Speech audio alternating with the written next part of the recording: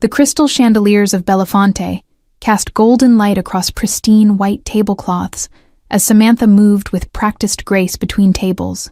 Her experienced hands balanced 3 plates of seared scallops with the precise confidence that came from years of navigating this culinary ballet night after night. A single moment of recognition can rewrite destinies that seemed set in stone. Inside this prestigious St. Louis restaurant, fate unfolded as a waitress's knowledge of Japanese characters transformed 2 lives forever, with one unexpected observation about ink etched on skin. The evening had progressed like any other until he walked in. August Blackwood, whose name was whispered rather than spoken in St. Louis. Power radiated from him like heat from a furnace as the maitre d' escorted him to the corner table reserved permanently for his unscheduled visits. Samantha felt her heartbeat quicken as she was directed to serve his table, a responsibility that had ended careers of servers who had displeased him. She approached with professional composure, studying the sharp lines of his tailored suit rather than meeting his piercing gaze. "Your special reserve bourbon, Mr. Blackwood," she said, placing the crystal tumbler precisely 2 inches from his right hand, noticing as she did the edge of what appeared to be Japanese characters, peeking from beneath his sleeve as he reached for the glass. Without thinking, Samantha tilted her head slightly, her grandmother's lessons flooding back as she recognized the elegant strokes of kanji that had been part of her childhood.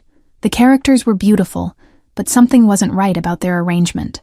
August caught her studying his wrist and slowly rolled his sleeve back, revealing more of the intricate tattoo that sprawled across his forearm. "Something amusing about my ink?" he asked, his voice deceptively soft, but carrying an undercurrent that made the nearby patrons suddenly find their meals fascinating. "No, sir," Samantha replied, fighting the instinct to step back. "I just noticed the Japanese characters are unusual." The last word hung in the air between them like a suspended drop of water, ready to fall and create ripples neither could predict. His eyes narrowed dangerously as he gestured for her to continue, the entire restaurant seeming to hold its breath. "Unusual how?" he asked, the question more command than inquiry, his fingers now drumming once against the white tablecloth. "The characters," Samantha explained, her voice steady despite her racing heart. "They don't translate to eternal love, as you might have been told." She paused, weighing her next words carefully, knowing they might cost her job or worse. The restaurant's ambient noise faded away as August leaned forward slightly, his expression unreadable. "What do they say then?" he asked, the question soft, but carrying to every corner of the suddenly silent dining room. Samantha swallowed hard, fighting the urge to fabricate a more palatable translation. "Sir, the characters actually translate to boiled meat," she finally admitted, bracing herself for the explosion that would surely follow such a revelation. When August Blackwood laughed, it was perhaps the most terrifying sound Samantha had ever heard, not because it was menacing, but because it was genuine. The harsh lines of his face transformed momentarily into something almost human, something touched by actual amusement. "4 years," he said, shaking his head as the laughter subsided. "4 years I've worn my late wife's favorite dish on my arm, thinking it was our eternal bond." His eyes met Samantha's, curiosity replacing the initial flash of anger. Conversations gradually resumed around them as the immediate danger seemed to pass, but Samantha remained rooted to the spot, caught in August's evaluating gaze. "How exactly does a waitress at Belafonte recognize Japanese characters?" he asked, gesturing to the chair across from him.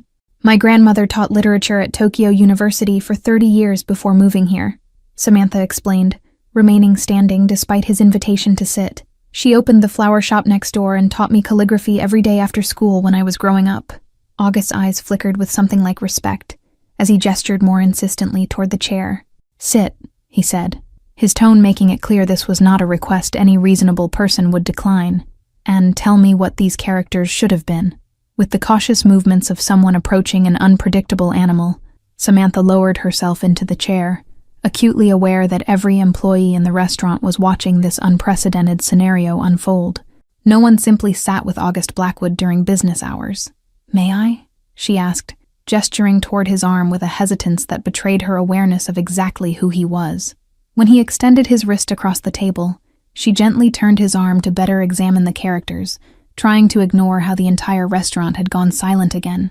"The artist reversed the order and misconnected several strokes," she explained, her finger hovering just above his skin without touching it. "These 2 characters, when written correctly and in proper order, would mean eternal love, But as they are now, August studied her face with the intensity of a man accustomed to detecting lies, finding none. "Christine always ordered the same thing at our favorite restaurant in Kyoto," he said softly, a distant memory clouding his eyes. "Sukiyaki." Thinly sliced beef slowly simmered. "Boiled meat," Samantha whispered, understanding dawning on her face as pieces clicked into place. She must have written it down for the tattoo artist phonetically, but without the proper characters. A server approached their table but retreated instantly at a look from August, who seemed lost in thought for a moment, before refocusing on Samantha with unnerving intensity.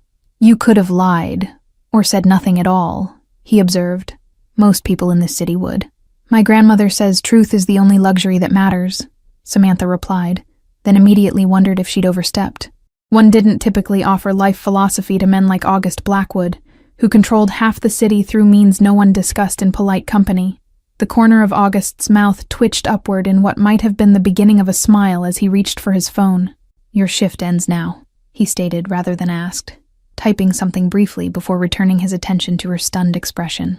"I'm not finished until 11, Samantha protested automatically, then regretted the words as soon as they left her mouth. Contradicting August Blackwood was rumored to be unwise at best, dangerous at worst. "You are today," he replied simply, as the restaurant manager appeared beside their table, looking simultaneously terrified and apologetic. "Paul will cover your tables and your tips will be tripled for the inconvenience." "Why?" Samantha asked, the word escaping before she could consider its wisdom, her hands gripping the edge of the table as though it might anchor her in this surreal moment. August stood, rebuttoning his suit jacket in one fluid motion that spoke of practiced elegance. "Because I want you to introduce me to your grandmother," he said, his tone making it clear this was happening regardless of her preference. The bell above the door of Hannah's Blooms chimed softly as Samantha led August Blackwood into her grandmother's shop, the sweet fragrance of lilies and roses enveloping them. The contrast between this gentle space and the man beside her couldn't have been more stark. Grandmother Hannah looked up from an arrangement of chrysanthemums, her experienced hands pausing mid-stem as her eyes assessed the visitor with a wisdom that came from decades of observing human nature. She showed no fear, only curiosity as she set down her shears. "Grandmother, this is Mr. Blackwood," Samantha began, the formal introduction feeling absurd given the circumstances. "He has some Japanese characters he'd like you to look at." "The Mafia boss with the incorrect tattoo," Hannah nodded matter-of-factly, ignoring Samantha's mortified expression. "Yes, I've heard the whispers about your ink from customers who dine at Belafonte." August's eyebrows rose slightly, the only indication of surprise on his otherwise composed face. "News travels fast," he remarked, studying the elderly woman with newfound interest, as she gestured for him to take a seat on a wooden stool beside her workbench. "In my experience, Mr. Blackwood, powerful men are often surrounded by people too afraid to tell them uncomfortable truths," Hannah said, adjusting her glasses as she examined his forearm. "My granddaughter, fortunately, was not raised to prioritize comfort over honesty. A rare quality," August acknowledged, watching as the elderly woman traced the characters with a weathered finger. "One that seems to run in your family." Hannah smiled, the expression transforming her face into a map of lived experience. "Christine would have found this amusing, I think," she said softly, catching August's sharp intake of breath at his wife's name. "You knew my wife?" he asked, the carefully constructed walls around his grief momentarily visible in his widened eyes and slightly parted lips. The question hung in the flower-scented air between them, fragile as a petal. "She came here every Thursday for fresh flowers," Hannah confirmed, selecting a sprig of lavender from a nearby bucket. "Always requested arrangements that reminded her of home, but with American wildflowers mixed in. Bridging two worlds," she said. August's face remained impassive, but Samantha noticed his hands had tightened slightly against his knees. "She never mentioned this place," he said finally, his voice carrying the faintest trace of something that might have been regret. The ancient copper wind chime hanging in the corner of the shop swayed gently in the breeze from the open door, its subtle music drawing August's attention momentarily. His eyes narrowed in recognition as he studied the intricate pattern of birds in flight etched into the weathered metal. "Christine restored that," Hannah volunteered, following his gaze with a soft smile. "It came to me damaged from an estate sale, its voice silenced by a crack along the main chamber. She spent weeks researching traditional repair techniques." The revelation seemed to physically impact August, his shoulders dropping a fraction as he absorbed this unknown facet of his wife, her hands creating beauty he'd never witnessed. her time spent in quiet concentration in this place of peace, rather than in their marbled mansion, with its perfect but sterile elegance. "Some treasures we keep to ourselves, Mr. Blackwood," Hannah replied gently, her hands resuming their work on the chrysanthemum arrangement. "Even from those we love most. We sometimes carve small spaces that belong only to us." Samantha watched this exchange with growing confusion, the realization that her grandmother had a connection to August's late wife, sending ripples of unease through her. The world suddenly seemed smaller, the separation between their lives less distinct. "I would like you to teach me the correct characters," August said after a moment of contemplation, his decision apparently made, "and perhaps more about what my wife loved about this place." Hannah considered him with eyes that had witnessed 82 years of human triumphs and follies. "Language lessons require commitment, Mr. Blackwood," she warned, her tone suggesting she meant more than just the study of kanji.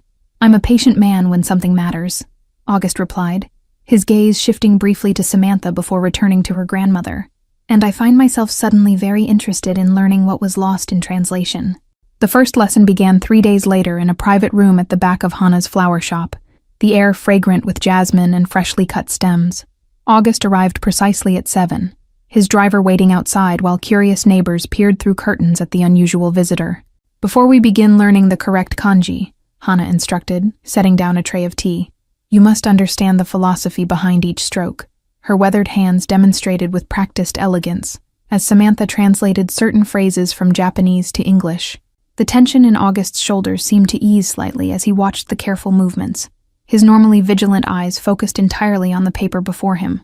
For once, the constant scanning of exits and threats was temporarily suspended. "Your wife came here to reconnect with parts of herself she feared were fading," Hannah explained, showing August a pressed cherry blossom bookmark Christine had made years before.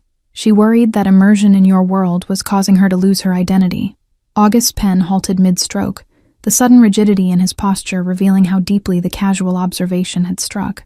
"Christine never complained," he said simply, his voice carefully controlled despite the obvious emotional undercurrent. "People who truly love rarely complain about their sacrifices," Hannah replied with the wisdom of decades. "They simply make them until the cost becomes too great to bear silently." The teacup in August's hand was visibly trembling, a microscopic display of emotion that he quickly controlled by setting it down with deliberate precision. His world was built on unwavering strength. This moment of vulnerability seemed to unnerve him more than any business threat ever had. Through the shop window, Samantha could see 2 black-suited men standing beside August's car, their vigilant posture a constant reminder of the violence that shadowed his every movement. Their presence created an invisible barrier between the warmth of the flower shop and the dangerous reality waiting outside. A photograph on Hannah's shelf caught August's attention. A much younger Hannah standing beside a serious-faced Japanese man whose bearing suggested military training despite his professor's attire. "Your grandfather?" he asked, his observation skills noting the similar stance between the man in the photo and Hannah herself. Samantha watched from her position near the window, struck by the vulnerability momentarily visible in August's expression. In this softly lit room with its scents of ink and flowers, he seemed almost human, rather than the feared figure who controlled half the city. "I should return to the restaurant," Samantha said suddenly, uncomfortable with witnessing such raw emotion from a man whose reputation suggested he had none. "My shift starts in 30 minutes. "Your shift has been covered," August replied, without looking up from his practice sheet, his tone making it clear this wasn't a point of discussion. "Paul seemed quite happy with the arrangement when I spoke with him yesterday." Samantha's eyes widened in surprise, and a flicker of irritation. "You can't just rearrange my life without asking," she protested, immediately regretting her boldness when his dark gaze finally lifted to meet hers. "Yet here we are," August responded with unsettling calm, "with you teaching me Japanese rather than serving overpriced bourbon to businessmen pretending they're more important than they are." The hint of self-awareness in his observation was unexpected.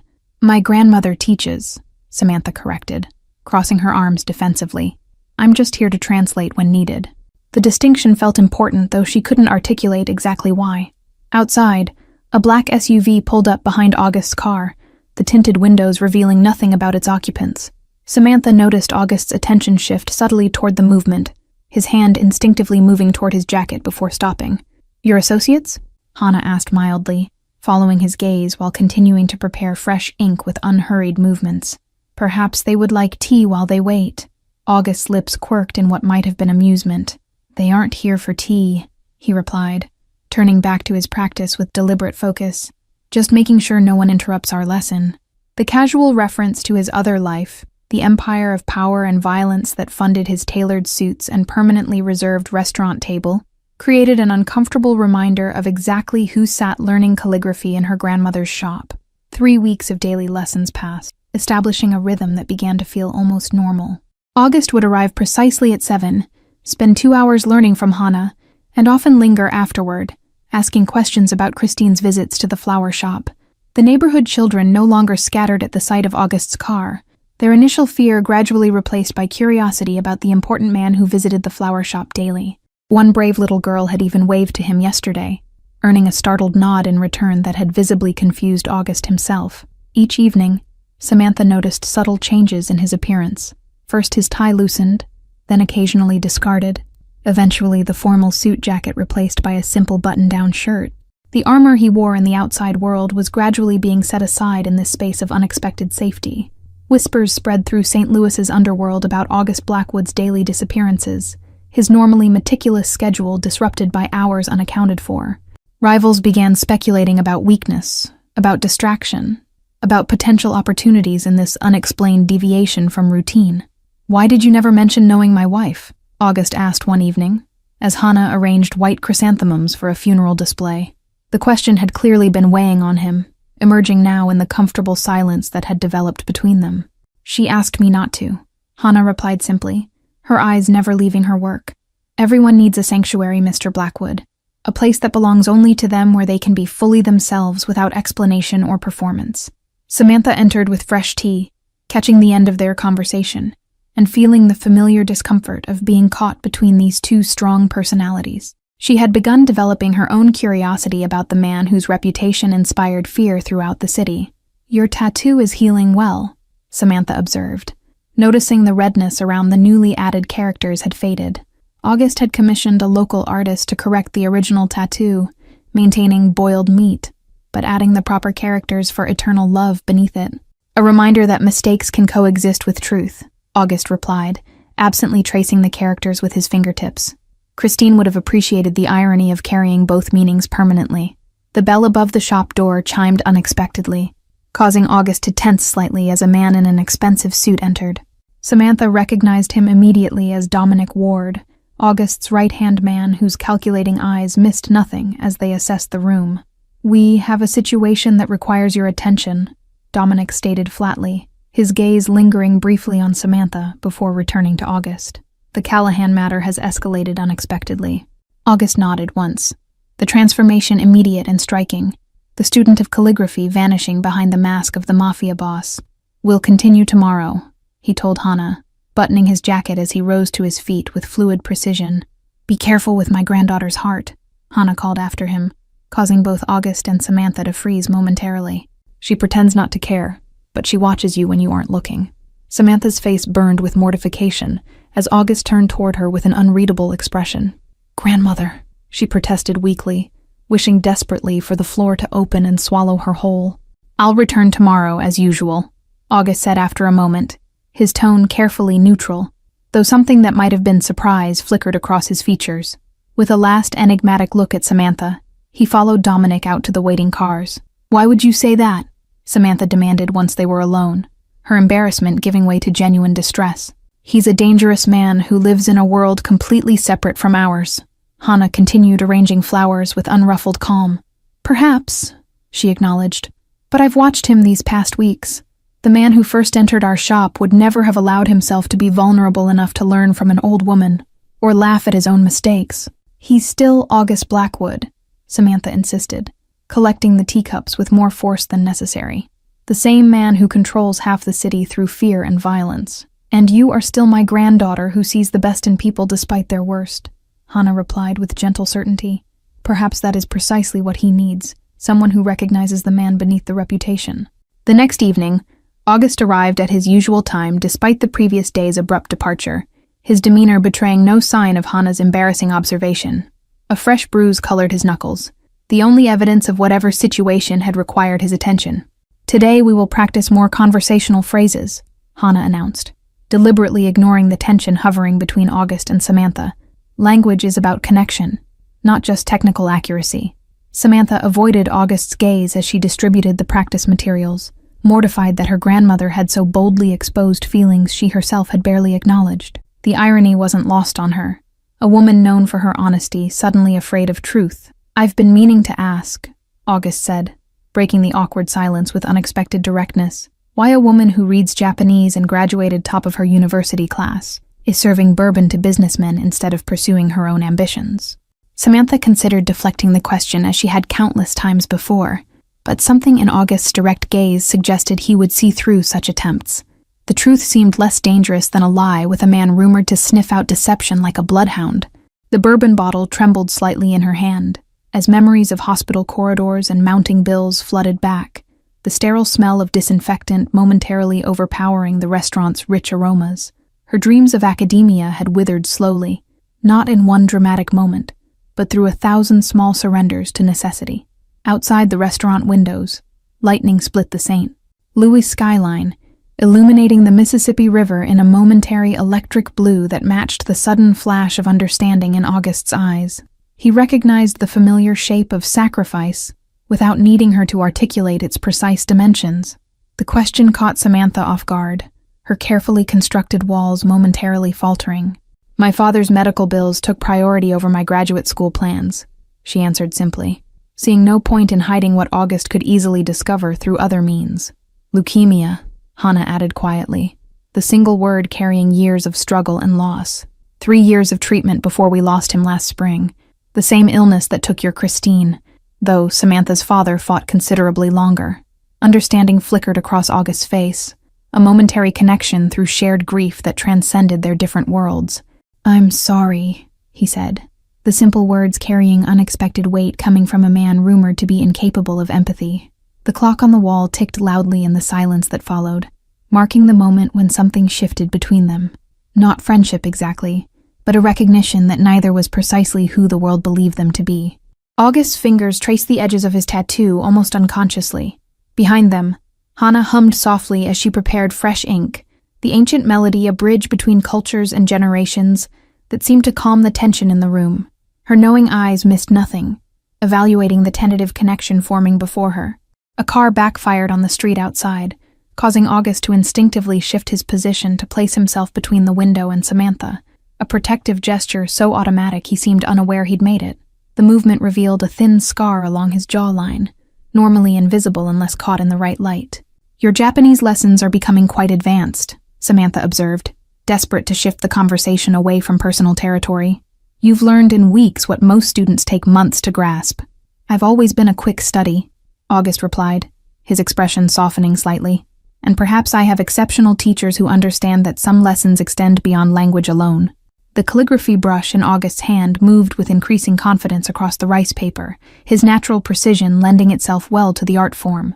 What had begun as mechanical reproduction was evolving into something with personal character, the strokes revealing more of the man than perhaps he intended. Rain pattered against the skylight above them, creating a soothing backdrop to their lesson that seemed to wash away the tensions of the outside world. For these brief hours, August existed outside the complex web of power and obligation that defined his existence. A delivery boy arrived with books August had specially ordered from Tokyo, rare texts on regional dialects and historical calligraphy styles that revealed a depth of commitment beyond mere curiosity or obligation. He was investing in this knowledge as thoroughly as he approached his business empire. The moment of connection was shattered by the harsh ring of August's phone, his expression instantly transforming as he checked the screen. "I need to take this," he said, stepping outside with the practiced efficiency of a man accustomed to compartmentalizing his life. Through the window, Samantha could see August's face harden as he listened to the caller, his body language shifting from relaxed student to commanding boss in seconds. The transformation was both fascinating and terrifying, a stark reminder of the danger in forgetting who he truly was. "We have a problem," August announced upon returning. All warmth vanished from his voice. "The Callahan family has been watching these lessons. They believe I've developed a weakness they can exploit." "What does that mean?" Samantha asked, cold fear replacing embarrassment as she processed his words. The abstract danger of August's world suddenly felt immediate and personal in a way that made her stomach twist painfully. "It means our lessons must end," August stated flatly, his eyes meeting Hannah's with silent communication. "Your safety depends on establishing distance between us immediately and convincingly. Your absence will protect them," Dominic insisted as August paced the confines of his office, the skyline of St. Louis glittering through bulletproof glass. The Callahans have been watching the flower shop for weeks, documenting every visit. 3 days had passed since August's abrupt departure from the lessons, the longest he'd gone without seeing Samantha or Hannah since their first meeting. The emptiness of those hours surprised him with its intensity, a feeling he hadn't experienced since Christine's death. "They see my interest in Japanese as weakness," August stated flatly, stopping to examine a photo Dominic had placed on his desk. A long-range shot of Samantha leaving work, clearly taken without her knowledge. "They don't understand its purpose." "With respect," Dominic replied carefully, "I've served you faithfully for 8 years, and even I don't understand why you've spent weeks learning calligraphy from an elderly woman and her granddaughter when we're on the brink of war with the Callahans." August's fingers brushed against the small wooden box on his desk, containing the calligraphy set Hannah had gifted him, an heirloom that had survived 3 generations and 2 wars. The contrast between its weathered beauty and the sterile modernity of his office highlighted the dual worlds he now inhabited. On the security monitors mounted along the wall, footage played silently. 2 Callahan lieutenants photographing Samantha during her morning commute, a dark SUV following Hannah to her medical appointment, patterns of surveillance that had grown increasingly bold. August had memorized every face, cataloging debts to be settled when the time came. "My father built this empire through fear," August said finally, his voice carrying an unfamiliar contemplative quality. "I've maintained it the same way, but fear is exhausting, Dominic. For those who feel it and those who inspire it, these lessons offered something different." August's gaze hardened as he turned toward his lieutenant, the temperature in the room seemingly dropping several degrees. "You forget yourself," he warned quietly, the softness of his tone more threatening than any shout could be. The silence stretched between them, until Dominic finally lowered his eyes in submission. "The Callahans have made their ultimatum clear. Either you surrender the riverfront properties, or they'll target your new friends to prove you've gone soft." Across town, Samantha arranged tulips in the shop window, her movements mechanical as her thoughts remained fixed on August's unexplained absence. The bell above the door chimed, pulling her reluctantly back to reality, as a delivery man entered with a small package. "Signature required," he stated blandly, holding out an electronic pad while placing the unmarked box on the counter. Samantha signed quickly, curiosity overcoming her melancholy as she examined the package after the delivery man departed. Inside lay a single perfect origami crane, crafted from deep blue paper, its precise folds revealing a master's touch that couldn't possibly have come from August's novice hands. Beneath it rested a handwritten note in unfamiliar writing. "Cranes symbolize protection. 1,000 keep loved ones safe." "He's trying to tell us something," Hannah observed, appearing silently beside her granddaughter, with the uncanny awareness that had always made Samantha wonder if her grandmother possessed some sixth sense. "This isn't a goodbye. It's a message." The following morning, another package arrived containing a book of classical Japanese poetry, a particular page marked with a pressed cherry blossom identical to the bookmark Christine had made years before. The marked poem spoke of separation as merely physical, not of the heart.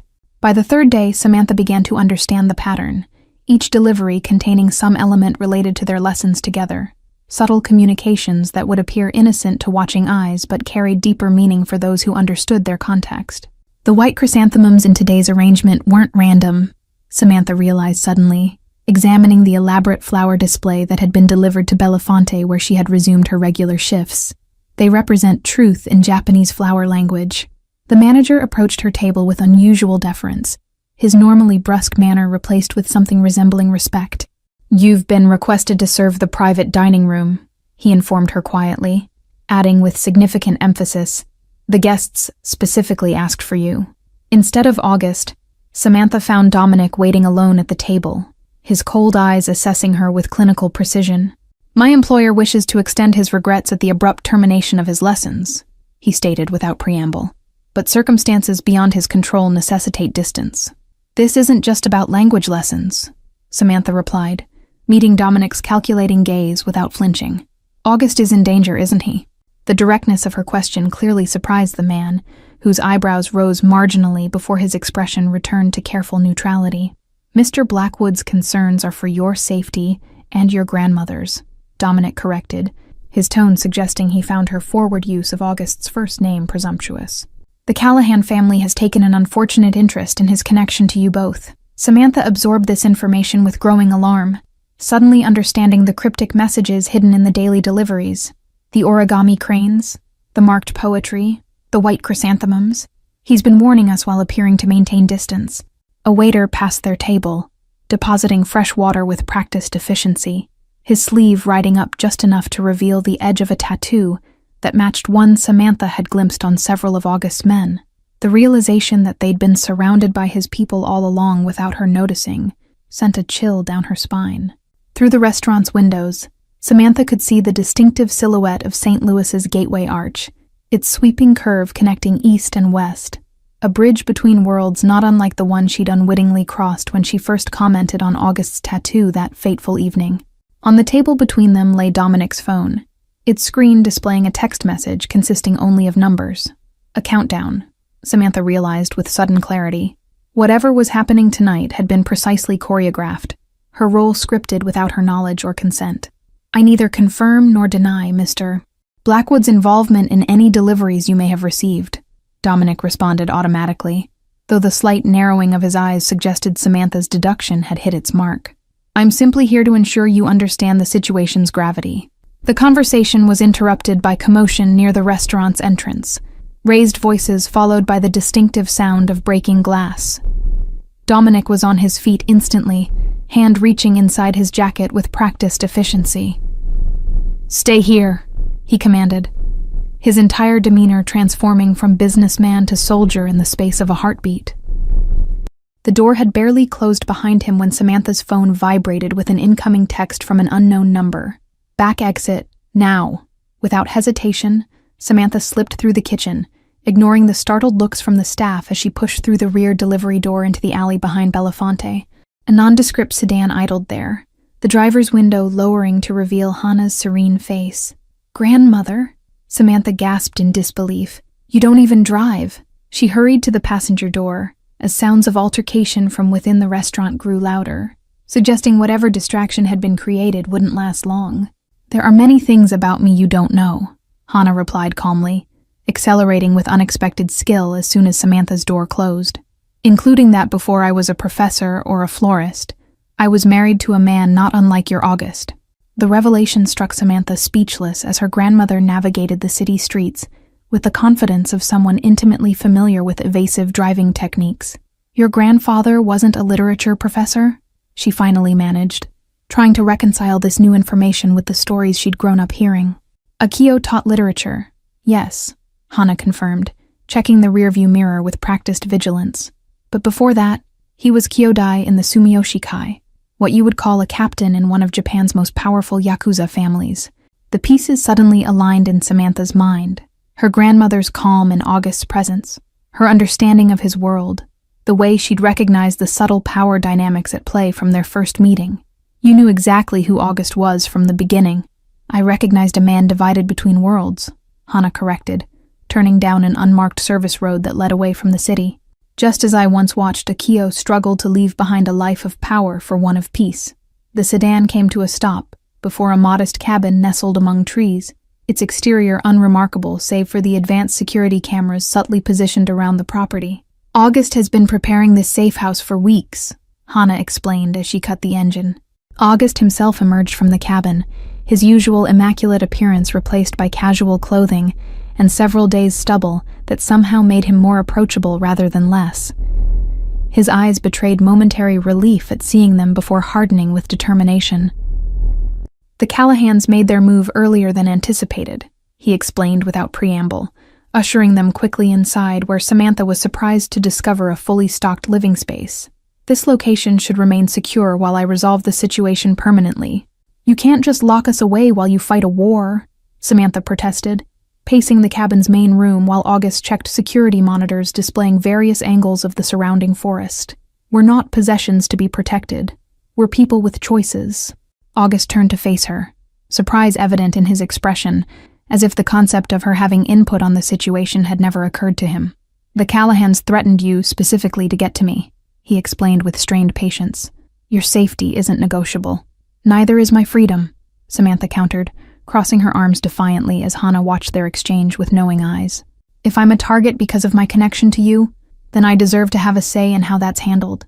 The impasse stretched between them until Hana broke the silence with a gentle cough. Perhaps there is a third option beyond hiding or fighting, she suggested, her weathered hands folding calmly in her lap, as both younger people turned toward her expectantly.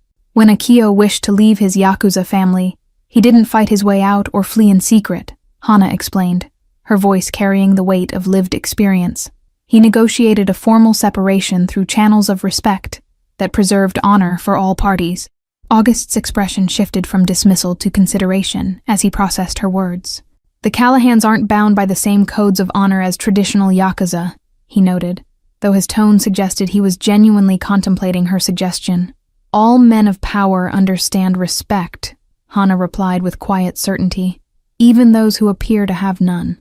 The question is whether you're prepared to offer something valuable enough to make your request worth honoring. Understanding dawned on August's face as he sat heavily in the chair opposite Hana. The riverfront properties, he stated, the words coming reluctantly. They've wanted them for years. Access would double their distribution capabilities overnight. Sometimes the path forward requires letting go of what we thought we needed to hold, Hana observed, her gaze shifting meaningfully between August and her granddaughter. Akio surrendered territories and businesses worth millions to secure our peaceful future together. The revelation that Hana had experienced a similar situation decades earlier seemed to impact August deeply, his typical mask of control slipping to reveal genuine contemplation. I built my empire on never showing weakness, he said finally, the admission clearly difficult. There's difference between weakness and wisdom, Samantha interjected softly, moving to stand beside his chair. Recognizing when the cost of fighting exceeds the value of what you're fighting for isn't surrender, it's strategy. 3 days later, under the neutral ground of St. Louis Cathedral, August and Patrick Callahan signed documents transferring ownership of the contested riverfront properties in exchange for formal recognition of August's personal relationships as protected and inviolable. My father would call this foolishness, Patrick commented, as attorneys witnessed their signatures, his aging face impassive despite the significant victory he had just secured, surrendering prime territory for a woman and an old lady. August's expression remained carefully neutral as he closed the leather portfolio containing the transfer documents. Your father understood only domination, he replied evenly, which is why he died surrounded by guards instead of people who cared for him. The significance of the moment wasn't lost on Samantha, who watched from the cathedral steps as August emerged into the sunlight, the weight of conflict visibly lifted from his shoulders for the first time since she'd known him. Something fundamental had shifted in him. Priorities realigned. 1 month later, August stood in the center of Belafonte restaurant, now under his official ownership rather than merely his patronage, surrounded by contractors discussing renovation plans. The exclusive establishment would soon incorporate a traditional Japanese tea room overseen by Hana herself. Are you certain about this? Samantha asked, examining blueprints that showed the restaurant transformed into a unique fusion of American luxury and Japanese aesthetic. Changing your flagship territory into something so different from what built your reputation? August's hand found hers, the simple gesture still new enough to send warmth spreading through her chest. I'm not erasing what was, he explained, fingers tracing the dual-meaning tattoo on his forearm, just creating space for what can be alongside what has been. Thank you all for watching this story to the end. If you enjoyed it, please write in the comments where you're watching from, and don't forget to like, subscribe, and share this video, as your support is what keeps these stories coming. What would you sacrifice for someone who saw the real you beneath your reputation?